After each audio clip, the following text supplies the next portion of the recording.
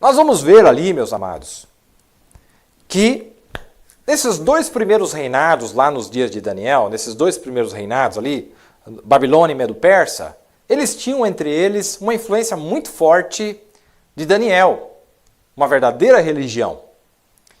E aquilo influenciava governadores, ele mesmo havia posto Sadraque, Mesaque e Abednego como governadores de algumas províncias por causa da sua influência. E durante aquele tempo a influência protestante, não é? A influência cristã, não exatamente a fé que Daniel tinha, mas a sua influência, realmente existia, estava ali.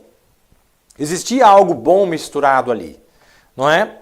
Naqueles dois primeiros reinados, porque Nabucodonosor exaltou Daniel, depois que ele interpretou o sonho que ele havia tido, mais tarde, quando Nabucodonosor cai, que seu sobrinho Belsazar cai, então os Medo-Persas dominaram a Babilônia, não é? Conquistaram a Babilônia, mas eles mantiveram Daniel lá.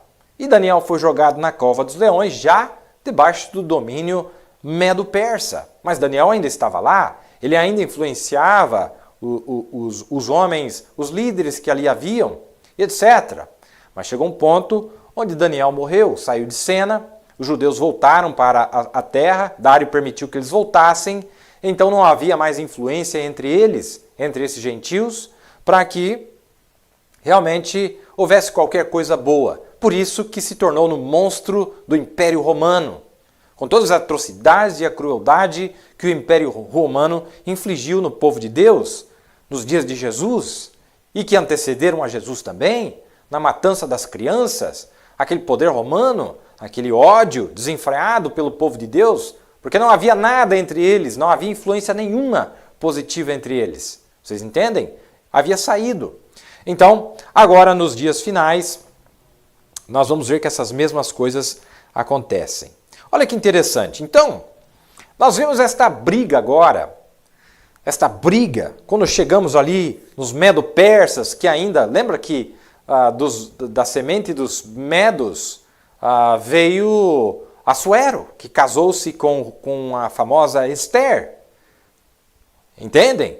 E ela era uma rainha que tinha os ensinamentos de Mardoqueu, temia a Deus, então ali tinha ainda uma luz do Evangelho que ainda estava ali, não é?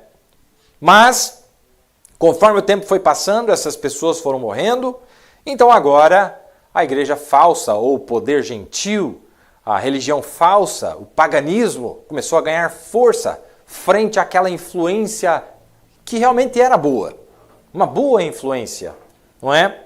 E realmente ele começa a ganhar força, e o capítulo 8 de Daniel mostra lá no princípio como que essa força romana, este bode, esse espírito romano que já estava desde Nabucodonosor vindo de uma maneira anticristo, depois falso profeta, e depois até se tornar naquela besta, não é? Encarnada naqueles 7 imperadores malvados, Nero e etc., que trouxeram tanta dor, tanta matança para o povo de Deus, finalmente chegou naquele ponto, não é? Então nós vamos ver essa luta entre esses dois poderes.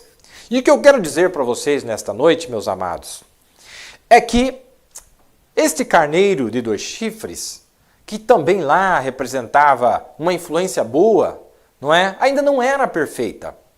Não era perfeita. Tanto é que não pôde subsistir ao bode.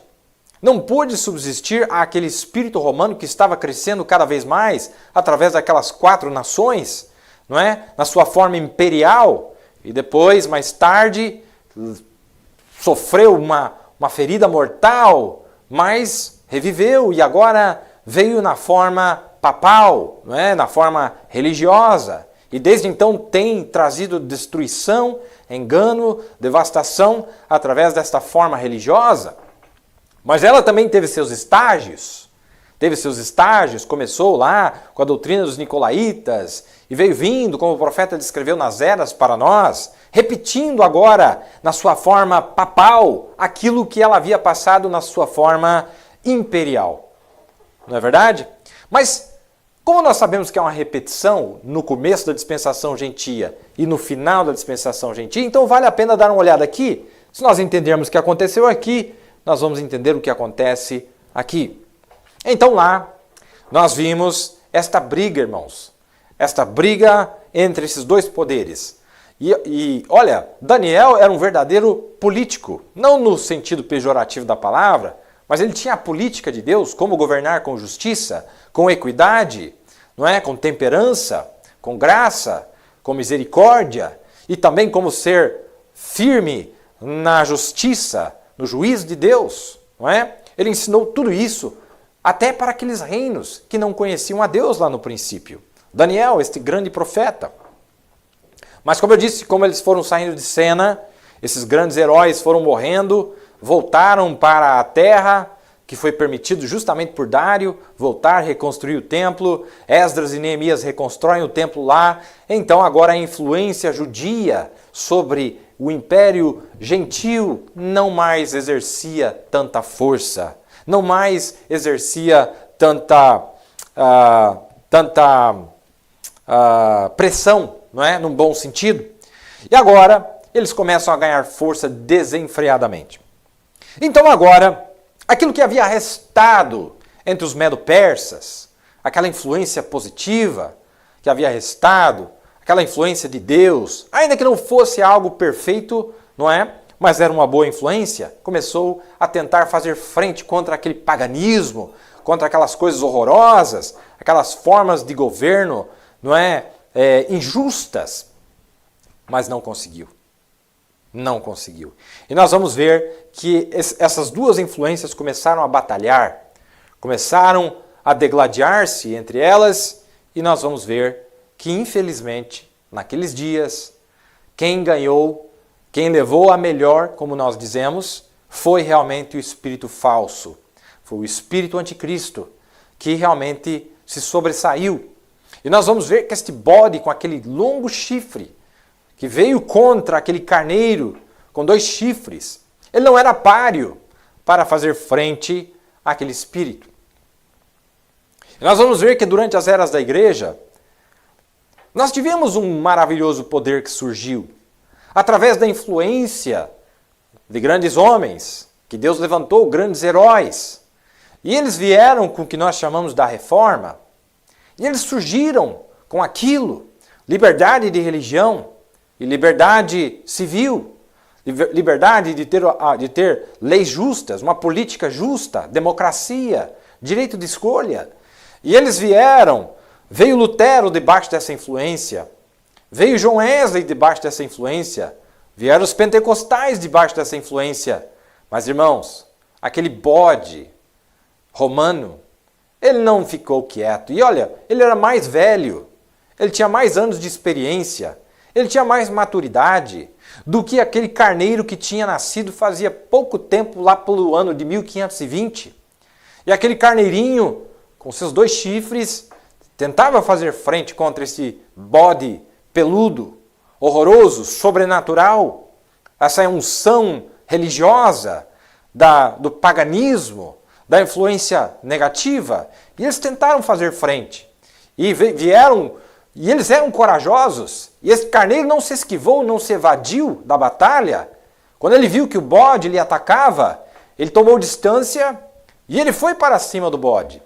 E ele veio com todas as forças que ele tinha. E você sabe que esses animais, eles batem de cabeça. É revelação. Cabeça com cabeça. A revelação contra a revelação. Mas veja que eles estavam tentando lutar contra uma revelação falsa com uma revelação falsa. Eles ainda tinham o batismo trinitário, em nome do Pai, do Filho e do Espírito Santo. Eles ainda tinham as suas interpretações, ainda tinham seus dogmas, seus credos, influenciados por aquele próprio bode, misturados com aquilo que eles tinham. E eles tentaram fazer frente, e eles tomaram distância e vieram, mas qual foi o fim? O fim foi o seguinte, meus amados, foi que o carneiro foi morto, o carneiro foi destruído, o protestantismo não existe mais. O protestantismo, que iniciou-se em 1520, foi morto, ele não existe mais, ele foi conquistado pelo bode e ninguém percebeu. Este bode conquistou as igrejas protestantes. Esta falsa religião romana conseguiu conquistar esta religião protestante. Assim como nós vimos que lá também estas duas influências tentaram degladiar. Mas quem perdeu foi justamente aquela boa influência, justiça, equidade, direito do voto, um país melhor, leis mais justas, saúde para todos, lei para todos, punição, para que não houvesse impunidade, exemplos, moral, costumes, sadios. Mas tudo isso se foi. O bode tinha táticas, o bode lançou as modas, o bode lançou Hollywood, o bode disse deixa as mulheres votarem, o bode trouxe a ciência, o bode trouxe faculdades para temporariamente ajudar o homem, como disse o profeta, apenas para enganá-lo. São boas coisas, mas com o intuito de enganar o homem. O bode fez tudo isto, não é? Esse espírito fez tudo isso para enganar. A invasão do protestantismo, não é? Esse espírito romano invadiu o protestantismo, as igrejas protestantes ao redor dos 4 cantos da terra e infelizmente ele já morreu. Esse carneiro morreu. Esse carneiro não existe mais. É o fim dele. Ele foi conquistado. Mas ele fez uma coisa boa. Ele feriu o bode. O resultado desta peleja foi que a Igreja Romana perdeu o seu domínio exclusivo e absoluto quando aquele único chifre foi quebrado e agora no bode apareceu 4 chifres. Apareceu 4 chifres. Não é? E aí nós vamos ver, meus amados, que de uma igreja que existia, que governava toda a terra, que influenciava toda, se assentava sobre as águas, agora ela teve que dividir o domínio com suas filhas. 3 filhas ela teve. E todas as demais igrejas, irmão, todas as igrejas protestantes do mundo hoje vieram dessas 4 igrejas. Você vê as placas diferentes? Irmão, é a ramificação de apenas 4 igrejas. Ou é católica, ou é uma ramificação da católica, ou é uma ramificação da luterana, ou é uma ramificação da metodista, ou uma ramificação da pentecostal. Aos olhos de Deus, são 4 que tem ali. E claro, foram gerando mais filhas, e mais filhas, e mais filhas, e mais filhas, e mais filhas, mas são 4 igrejas, 4 poderes. Mas, infelizmente, a Bíblia está mostrando para nós que o poder, a influência é a mesma. É o bode romano. É a doutrina romana. É o batismo romano do Concílio de Nicéia do ano 325. É a mesma influência. É o mesmo espírito. São as mesmas táticas, a mesma estratégia, os mesmos costumes, o mesmo estilo de vida, mesma igreja morna, sem sinais, sem maravilhas, escriturísticos, claro, de acordo com que esses sinais seguirão aqueles que creem, segundo o que está escrito na Bíblia, 4 igrejas surgiram. E olha que interessante, da briga, vamos lá então, nós tivemos aqui a briga entre o urso e o leopardo, ou a briga entre o carneiro com 2 chifres e o bode. O carneiro realmente sofreu. Olha para você ver que é a mesma visão, capítulo 7 e capítulo 8. Quando o bode lutou contra o carneiro, ele derrota o carneiro, mas ele perde o chifre único e aparece 4 chifres na sua cabeça. Não é o que está escrito lá? Vamos ler. Estou lendo agora Daniel 8, verso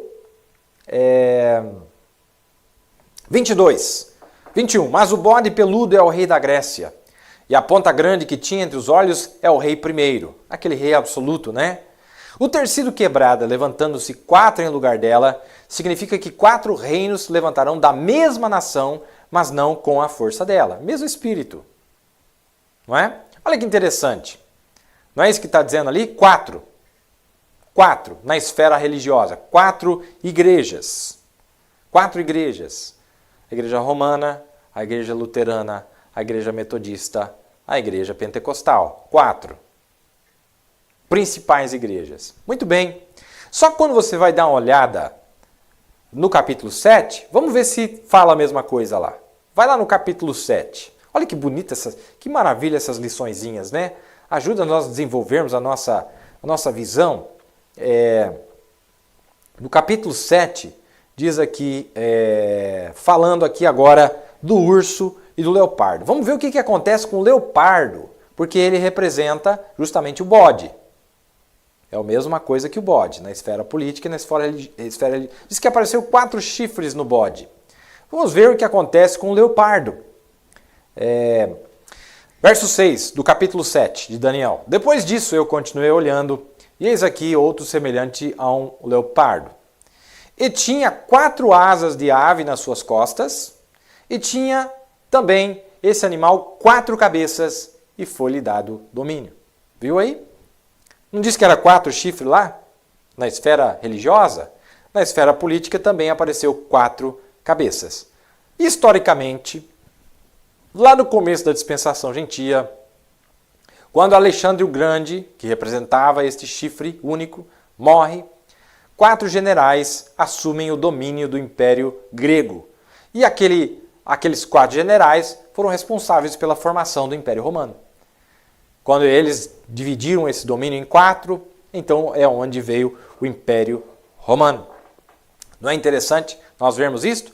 Então nós vimos 4 chifres na cabeça do bode, que também representa exatamente a mesma nação, e depois que também é o leopardo na esfera política, 4 asas, 4 cabeças. Vocês estão vendo aí? Não é maravilhoso? A Bíblia mostrando para nós?